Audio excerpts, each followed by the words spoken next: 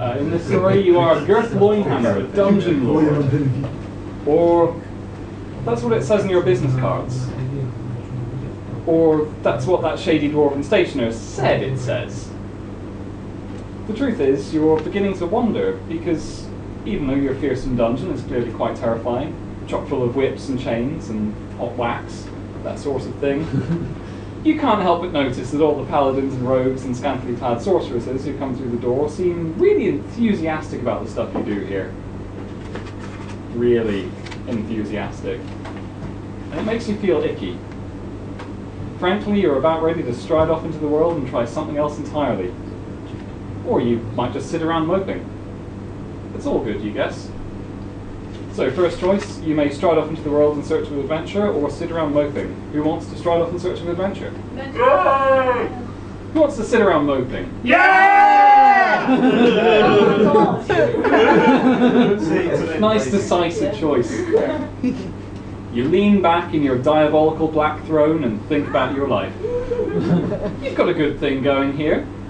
In a world where 99% of the population are mud-spattered farmers with nothing to eat but turnip tops, you live in an ostentatiously decorated subterranean tunnel complex. This isn't one of those think of all the starving children in Azeroth spiels, by the way. Thinking of those suffering farmers actually cheers you up a bit. But only a bit. Because as impressive as this place is, you've pretty much sunk everything into it and it has not gone as planned. You kind of want to go to the pantry and get a mead, but it's 8 in the morning. As a rule, you generally wait until at least 8:30. So you can go to the pantry and get a mead, or maintain your dignity and wait. Who wants to get a mead? Me, yeah. Who wants to have some dignity? Okay, yeah, we're going for the mead. You're far too much of a badass to care what time it is. And in any case, there's nobody else here to judge you for drinking in the morning. That second thing is probably more of a factor in your decision to head over to the pantry, if you're honest with yourself. You can have a mead anytime you like.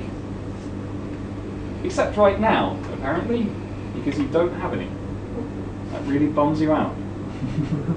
You could accept that you've now hit rock bottom and tried to turn your dungeon into something less depressing, or you could find a tavern and drink there. So, turn your dungeon into something less depressing, or go and get plastered in a tavern. Turn your dungeon into something less depressing? Yay! Drink in a tavern. Yay! I keep doing this in pubs. Ordinarily, you'd head down to Megalurts, an orcish nightclub where the music is so loud and terrible that not only can you not hear yourself think, your thoughts can't hear you either. In a way, that seems like a fairly welcome situation, given that you were originally planning to just mope around the dungeon. However, loud, energetic music and moping just somehow don't seem to mesh all that well. Rather than heading over to Megalurts, you might go ahead and try somewhere new. Somewhere quieter. But still somewhere you don't plan on actually talking to anyone. So, Megalurts or somewhere quieter. Megalurts? Orcish nightclub? Somewhere quieter. Yay! I'm consistently amazed that is the most popular option. I don't know why. You wander over to the furthest convenient village. One you can get to in under half an hour, but where people aren't too likely to recognise you. Since the whole dungeon fiasco got started, you've been trying to keep a low profile. You shove your way through the door of the local tavern, flex your muscles a bit to assert your dominance, and sit down at the bar. Mead, you grunt at the bar wench. Leave the bottle. It comes in a hogshead, not a bottle. For just about the first time ever, when it comes to mead at least, you have no idea what's going on. You could probably pretend you have some idea, or you could demand she leave you the hogshead. You may not know what it is, but you know it has mead in it, and therefore you want it.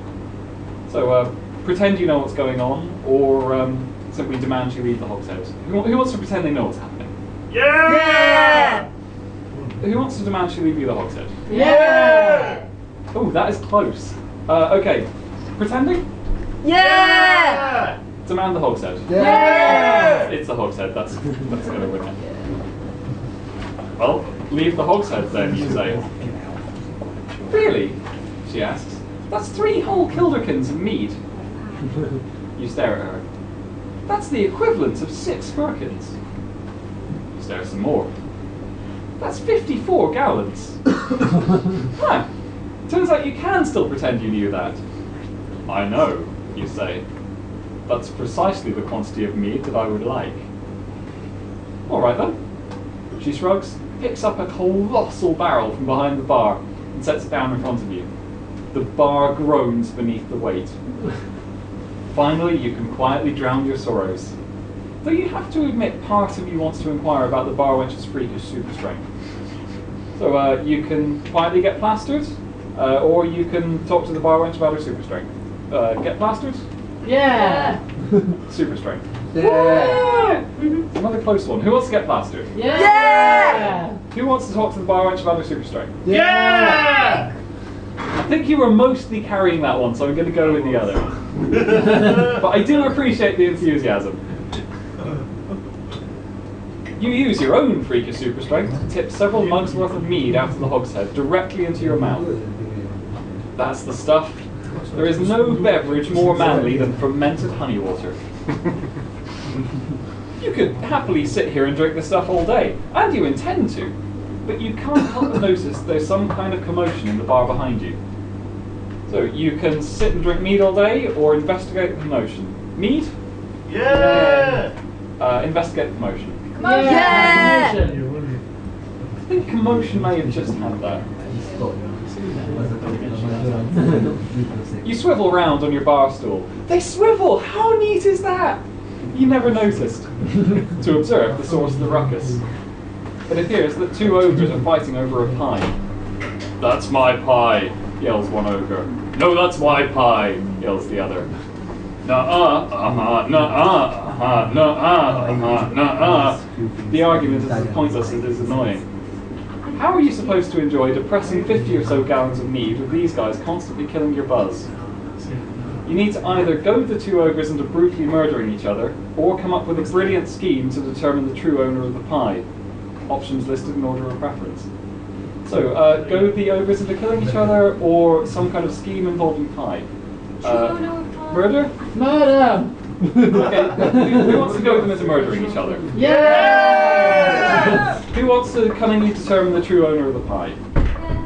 Okay, we're going with the murder. You address the first ogre. Your friend here said you're ugly and stupid. The first ogre looks at you gormlessly.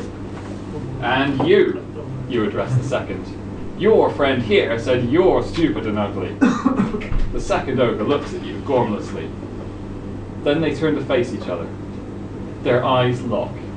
They kiss passionately. Wait, what are you? Yeah, it would appear that behind that name pie argument there was a lot of suppressed romantic tension. And being simultaneously ugly and stupid just happens to be their thing. Now all you can do is pretend that you didn't initiate this ogre makeout session after all, and totally ignore what's happening. Either that or kill yourself in the most unconventional manner possible. It's the only way to atone for your ogre makeout sins. So, pretend you didn't initiate this, or suicide, apparently. It's been a while since I wrote this. Who wants to just pretend they weren't involved? Everybody wants to kill themselves. Yeah. Okay, this is a first. You know what's even better than something unconventional? Something unconventional and ironic. You lick one of the ogre's rubbery bald heads on the assumption that the resultant ogre poisoning will be fatal. However, you are unaware that ogres are in fact made of frozen lampposts. You immediately regret your decision. The end.